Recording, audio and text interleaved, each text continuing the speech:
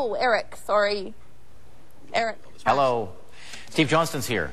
If you were going to play someone on TV, I think you played Homer Simpson once for Halloween. I've done that. He's known to sing a little bit. He does voices. True.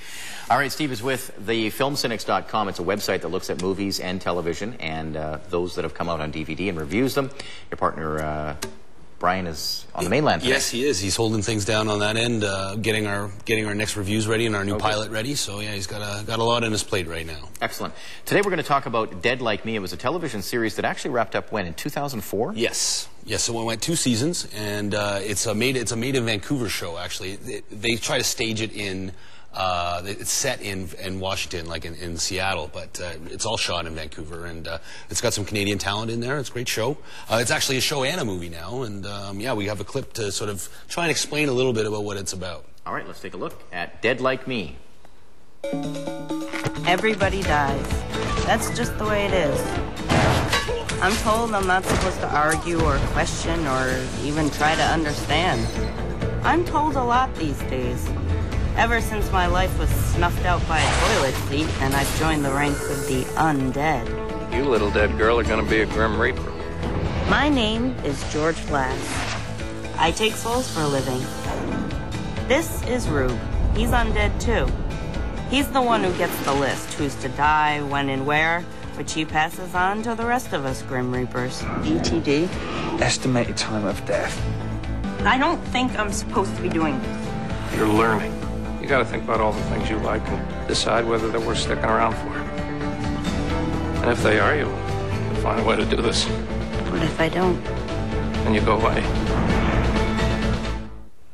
Dead Like Me, an interesting television series. Now, one of the ladies that performs in this, Britt McKillop, is from Maple Ridge. She's in a Canadian band called One More Girl, and she has made it from the television series now onto the film, is right? Yeah, she plays the main character's little sister, so she's got some issues of how to deal with the loss of her sister. And because Georgia, who's the main character, George, was hit by a toilet seat that fell off of Mir, the space station. So she now steals toilet seats and keeps them in this tree to sort of honor her sister. It's a little strange. It's a little dark. I really thought it was very funny.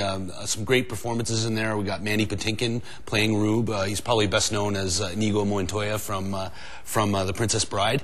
And so really what we have is a bunch of people who have already died, and now they have to go around collecting souls of the people who are about to die.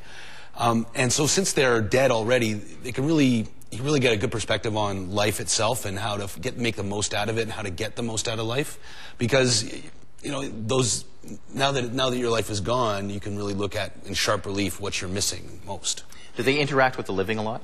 They do, actually, more than they should, because nobody pays them to do this job of theirs, so they have to get work-a-day jobs. So George has to work at this temp agency, at this kind of really unfulfilling job, and that's going to be for the rest of her afterlife. She's got to do that.